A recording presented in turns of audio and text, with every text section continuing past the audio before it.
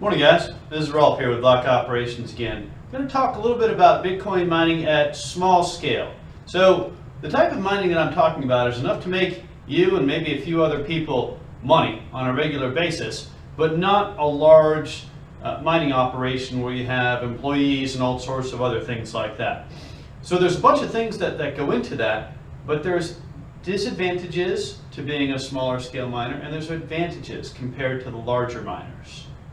The larger miners are the ones that you hear about in the news all the time. You go see the videos of the tours of their mining facilities and they've got 10,000 miners and monster things and employees that live there and super cheap electricity. That's not what we're trying to do. If we try to copy that, we're already going down the path of not doing so well because we don't have the advantages that they have. So some of the advantages that the large miners have that we don't have, let me write those down and then we can talk about them.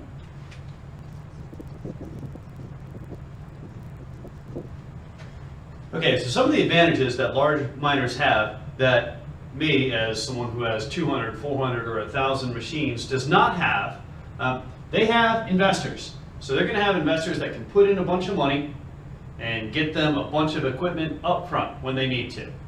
And that helps. Because instead of having to bootstrap your operation out of profits or take your savings or offset other stuff like that, they have investors that'll put money in for them. They've also got very cheap electricity. Once you start in most places going above 200,000 kilowatt hours per month, you start to get into the inexpensive electricity rates. And that's on the order of 2 to 3 cents per kilowatt hour. I guess I've read that some places in China, they just get the overflow from the local dam power plant. Maybe it's even less expensive than that. That type of rate is hard to get in the 200 unit and under realm. So that's tough to match. They've also got scale where they can hire employees. Once you start getting a differential between your incoming revenue and your costs, you can pay for some employees. Now, these advantages also turn into disadvantages for them. And let me talk about that as well.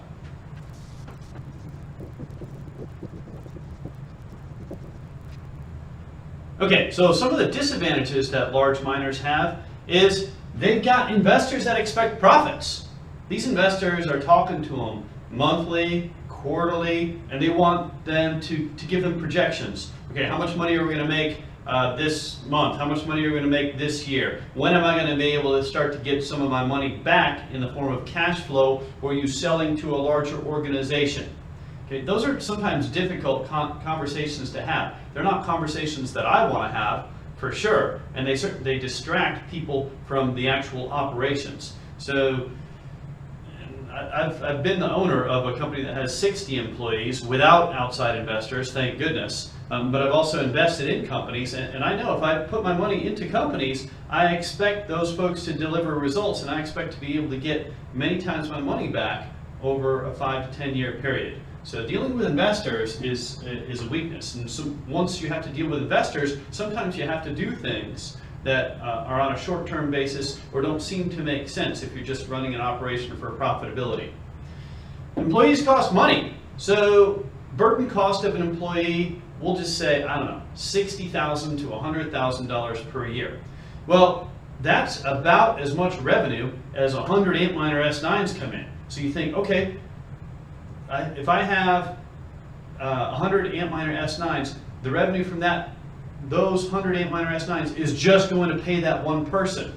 And so you have to have a few hundred Antminer S9s to get the revenue for the salary for a person. Then you have to have an HR department, you have turnover, you have to provide 401k, retirement plans, you got to provide medical, and pretty soon you're going down the path of having lots of costs that have nothing to do with Bitcoin mining. So employees, try to stay away from having employees if at all possible.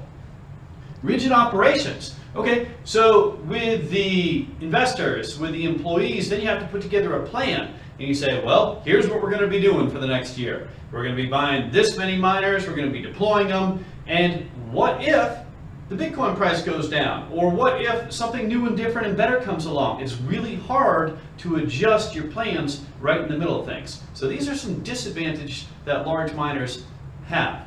So let's talk about how, as a smaller scale miner, and I'll, I guess, describe more accurately what a smaller scale miner is, in my point of view, can really reap the benefits of staying away from these types of disadvantages.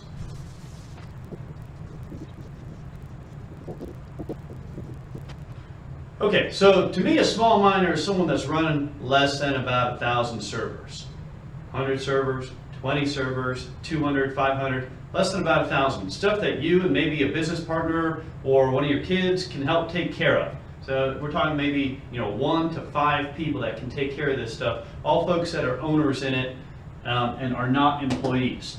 Owners are going to care about this business enough to make sure that everything's running properly all the time. Employees, a lot of times they have other priorities. I've been an employee, I've had employees. I know how a lot of times the actual running the operation at maximal efficiency and maximal profitability sometimes isn't the priority of an employee. Also, small miners, you can mine Bitcoins and altcoins. And we'll talk about in another episode what mining altcoins will do for you and how you can then use those to trade on an exchange and get increased profits. But these are major things that you can do as a small miner, and you need to make sure that you're taking advantage of them. Bitcoin mining is a great place to start, and there's always going to be room for Bitcoin mining. But once you get your feet wet doing that and get some experience, then you need to look at additional ways to bring in money.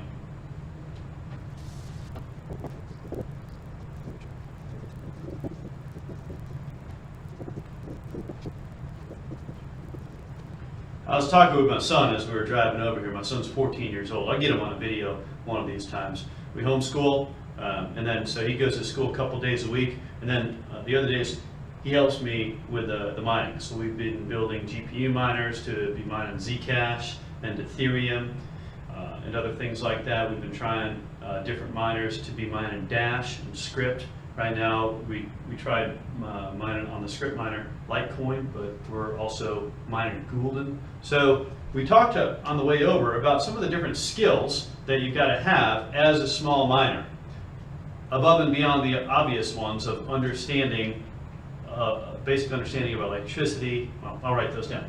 First off, you got to be able to troubleshoot. When something goes wrong, you can't call someone for help. You got to be able to figure out how to troubleshoot. Troubleshooting is a methodology that can be learned. You have a given set of problems, and you figure out what are the possible problems that can be causing this issue, and then you step through and eliminate those problems until you've identified the problem, and then you fix it. That's the basic troubleshooting methodology. You got to be able to always refine and improve things. If there's a way to get a more efficient power supply in place, if there's a way to get a less expensive and more reliable data switch in place, if you have a problem where you lose your internet connectivity, okay, well, bring in a second internet connection and have your firewall set up so that automatically flips over to it. Do you have the ability to access stuff from home, either on a secure shell command line, or can you VPN and take care of things? Or do you have to drive into the place where you're mining to take care of stuff? So always be refining and improving, talk to other folks, look at YouTube videos, read different things, always be figuring out how to get things better. Research for ideas and answers. You have to have the ability to go out and read. Look at YouTube videos. The latest current information on the way people are doing things is not going to be in a book somewhere. It's not going to be in a course that you can take at your local community college. It's going to be people that are on the leading edge, that are willing to share information, either in the forums. I read through all sorts of different forums on Bitcoin Talk all the time. Then there's Slack channels that I'm on. There's different forums for Litecoin, for Dash, for Zcash. There's all sorts, there's Reddit forums. There's a bunch of things that you have to go out there and figure out what's going on. And then you have to keep your ear to the ground for what the different coins and opportunities are. If you put everything into the Bitcoin basket, you might win big, but you might lose big too. You don't want to have everything in one basket and then possibly lose it all. You got to be diversified amongst a number of different activities that you're doing to make money. The ability to just try it. Don't be scared. I have no idea if Dash is worth mining or not. So I did the research. I found that there's two different ASIC miners out there. There's the PinIdea and the Baikal. I ordered a Baikal from China, and I'm mining on it, and I'm surprised by how low the power usage is and how decent and flexible the Baikal miner is through being able to mine 6 different things and switch from different pools. So I might give NiceHash a try also with a flexible device like that. Maybe we're going to scale up on that, maybe not. And that goes to the next thing.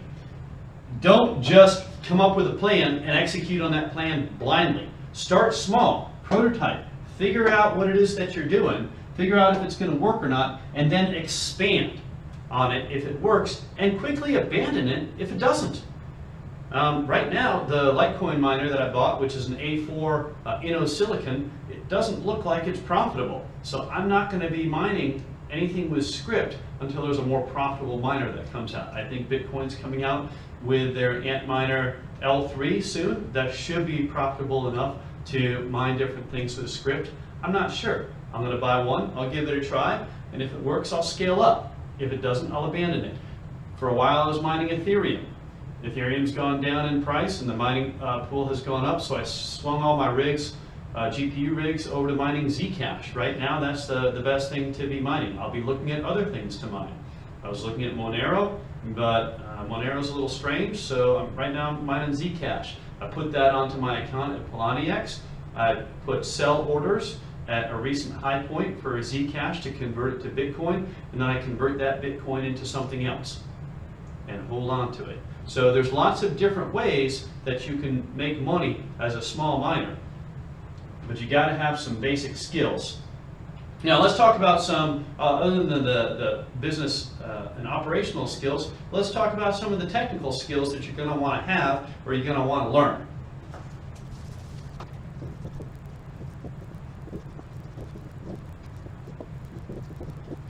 Okay, so if we're running a mining operation, first of all, we're bringing electric power into the miners.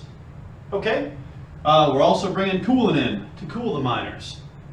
Those miners are going to be getting information from the network, from the mining pool. Then they're going to be sending information back to the network and back to the mining pool. You need to have a basic understanding of how these different things work. Not that hard to learn, and you can ratio things up, but you do want to work with professionals to figure out how much cooling am I going to need? How much airflow am I going to need? An Antminer S9, I think it's 220 cubic feet per minute. If we run 100 of them, we probably need about 22,000 cubic feet per minute at a basic to come in and replace the hot air that we're generating. Maybe more, maybe less. Hot air expands. There's a lot of different factors that go into that. But that is a starting point. You can try that. Try it with 10. See if you can get 2,200 cubic feet per minute of air flowing through where your 10 amp miners are so that you bring in cool air to replace the hot air that they heat up. Electricity. You got to bring in nice quality, reliable electricity. You got to decide if you're going to have uninterruptible power supplies. I don't use uninterruptible power supplies. I figure my power is pretty reliable around here, and if it goes down and it stays down for a couple days, that's okay.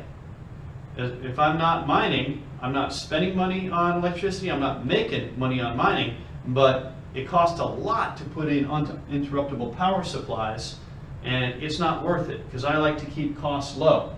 Got to have a reliable network. I use 10-year-old Cisco 48-port switches. I know how to configure them, I know how to set them up, and that works for me. The information has to go out to a mining pool. On top of this, you want to monitor your stuff to make sure it's running all the time and alert you if it isn't. You don't want to always have to be driving in or hanging out at the office and walking up and down the racks and seeing if there's red lights. You want to have some type of system. There's people that sell you monitoring systems out there. I use an open source one called Zabbix that I've configured for my use to know what's going on. If half your miners drop off because a breaker pops open, you're going to want to drive into the warehouse and take care of it. But if everything's running smooth, you don't have to worry and check every hour and log into different things. You want to be alerted when there's a problem. Okay, so all this thing gives you Bitcoins. Not the right Bitcoin symbol here. or whatever altcoin there is, which then you have to have a way to convert it into dollars.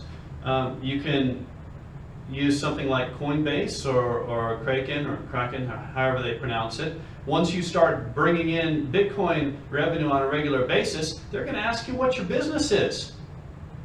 They might ask you to send a picture of your mine, a copy of your lease, a copy of your business license. So from the get-go, if you're going to scale up a mining operation, my recommendation is to set it up as an actual business. If you set it up as an actual business, then once you start paying the bank and the bills, you can work with your accountants, and the money that you put into these different machines, you can depreciate that and offset other income that you have or future income that you have. There's definitely tax advantages because hopefully you're making a profit and you're going to have to pay some taxes, and then you can figure out how to reduce the taxes that you have.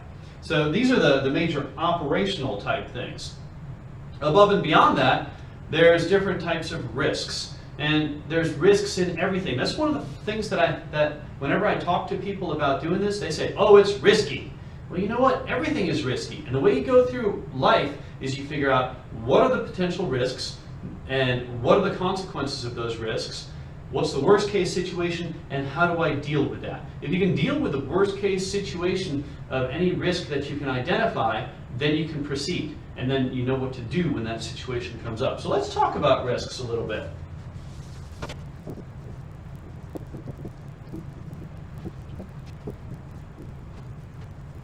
So here's some of the risks that I think about running this type of operation. If I'm going to set up a company, an LLC, I'm going to sign a lease to rent a warehouse, so I'm going to put a bunch of money in to build out cooling and electricity, then I'm locked into a situation for a good 3-4 years.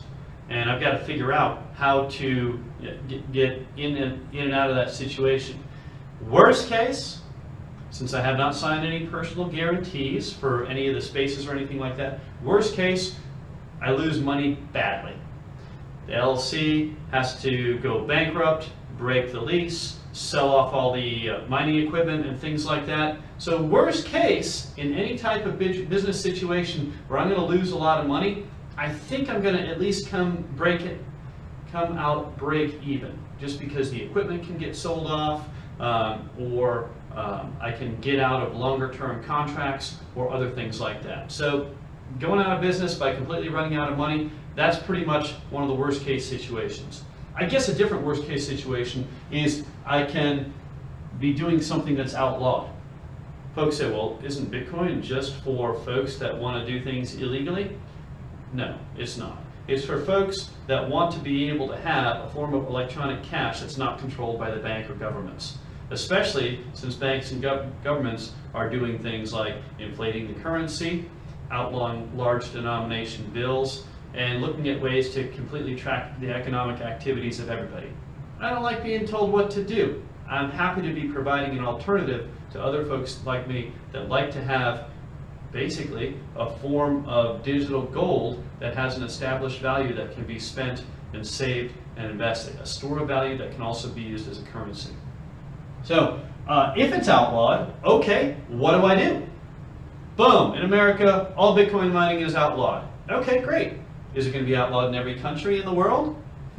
I bet I could pack up my Bitcoin miners, put them on a bunch of pallets, and go to a different country, maybe up to Canada, maybe to somewhere in Latin America, maybe Iceland, I don't know, and then redo my entire operation there. I know how to do it, so that's something that I can do.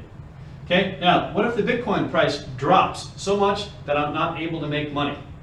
Well, that would be a problem, and that is a concern. That's one of the reasons that I'm diversifying into other altcoins in my mining and not keeping all my profits in Bitcoin. But this is also one of these things that probably will take a little bit of time. It's probably not going to drop from, what is it, 900 now, down to 200 and just stay there. If that happens, a lot of the miners will stop mining because they're profitable at 900, but they're not profitable at 200. So as long as I can be one of the miners that has the lowest costs and the newest equipment, I know that even if the Bitcoin price drops, and I might not be making as much profit, and the payback on my equipment might take instead of a year might take 2 years or 3 years. But I also know that if I keep my costs low, I can outlast other miners there that have a higher cost. Okay, yeah, and with that, too many miners, adding too much petahash to the system. So far, the amount of miners coming online and the price of Bitcoin has maintained a steady enough flow so that the miners make money. But again, this is why it's so important to be running a very efficient mining operation with equipment at the latest process technology and keeping your costs low as possible. If you can have some of the lowest costs in the mining industry, you're going to be okay. When the price drops or too much petahash or exahash or whatever it's called these days comes online. Theft. What if someone breaks in and steals all my stuff or destroys it, or if I have a fire or something else? Well, I get insurance. I've got a local insurance agent. I've got enough insurance to cover all our gear. We made sure that when we did the build out, we used licensed contractors. They followed the code. We registered with the county, so we haven't done anything illegal that could cause the insurance company to deny our claims. We're on the up and up, a full up business, and if I do have one of these problems, I have insurance. Equipment fails quickly. Well, that would be a problem. If we bought a whole bunch of equipment and then 3 to 6 months it failed quickly. That's one of the reasons why I prototyped and proved a concept and ran in a smaller space. I'll do a video of my smaller space here, so you can see what my proof of concept looks like. But it was running and it was reliable. I'm in the state of Georgia here, a little bit north of Atlanta, and it gets hot in the summer. It gets hot and humid in the summer. So I ran all my equipment using natural circulation airflow. I don't have a data center or air conditioning, and I ran it all through the summer, and it ran well. So this stuff is designed to run at high temperatures and to operate at high temperatures. So I'm confident that in larger systems will continue to run. Now, again, worst case, if things start to shut down because it gets too hot, can I figure out a way to add cooling? Yes, I can. I'd prefer not to because of add costs, but I can certainly add cooling to the system. And the equipment goes obsolete. Well, it helps. I've worked in a bunch of different industries. I worked in the semiconductor industry for a while, so I understand process technology and how much it takes to invest in a new wafer fabrication facility with the new process technology. The equipment that I'm buying, the Antminers and the other types of equipment, is using the latest process technology, the 14 and 16 nanometer. We're going to go down to a smaller process technology, which is going to use less power at some point in the future. To me, that's still 2 to 3 years out from now, which is 2017. So I think I've addressed the majority of the risks. I'd love to find out what other risks y'all think there are. Let me know in the comments, and maybe I can address those on a future video. So to sum up, there's a lot of different things that a small miner has over advantages that a small miner has over a large miner. Big thing is flexibility and running your own operations. You can also control your costs. So hopefully that helps give you some food for thought about things that you want to think about. So I was going to do skills.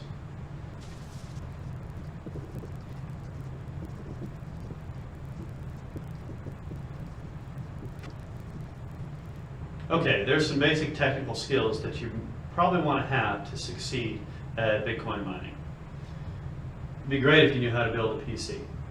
GPU miners that have 6 graphic cards in them. I've got instructions on my website how to put those together, all the parts you need, the complete bill of materials, how to put everything together, how to load the Linux operating system and get it up and running, and then how to do some basic troubleshooting. If you can go through and learn how to do that, that would be a good skill to have. It would give you the ability to do a bunch of different things. Follow instructions on how to use Linux. Well, all these miners out there have a basic Linux built into them. Do you need to know how to secure shell to them and access them? No, but it does help if you can understand how to run a script, how to automate some things. I take it to a more advanced level by using Zabbix, which is an open source network monitoring system. So I'm able to monitor all my different equipment and have it send me emails when it falls below certain levels or goes offline or things like that. but it would help to have a basic understanding of Linux. Network and security. You do want to run a secure system. So you can take advice on what type of firewalls to set up and what type of data networking, but you also don't want to set up network loops. Networking these days is a lot easier than it was 15, 20 years ago. So there's a lot of stuff out there that's more plug and play. So it's not that hard to do. Airflow, cooling, electricity. You need to be able to talk to professionals and have a basic understanding of amps and volts and power and cubic feet per minute and tons of cooling. Again, these are things that you can learn. You can watch videos and do stuff. And learn and use applications. So if you want to be storing your Bitcoin in a secure way, you got to learn how to use a hardware wallet and the applications that go with that. You got to be able to go online and access a mining pool. You have to be able to go into the graphical user interface of the different mining machines and hook them up to a pool and monitor and make sure that things go well. You may want to do some A/B testing between different mining pools to figure out which one's paying you the most. So there are different applications that you can learn. Is the skill set insurmountable to be able to run this type of stuff yourself? No, it's not. But I would recommend start small, learn a bunch of things when you're small, make mistakes when you're small, and then grow from there. Hopefully this video gives you some ideas and gives you some of the confidence that you need in order to start running your own mining operation. Because the more people that do this, that run small mining operations, instead of just the large centralized mining operations, the more that we're going to be able to continue to grow and expand the Bitcoin and altcoin economy to have it fully distributed amongst different locations around the world. So again, this is Rolf Versluis. I'm with Block Operations. Come to our website, check out some of the tips and other ideas that I've got here, and best of luck to you.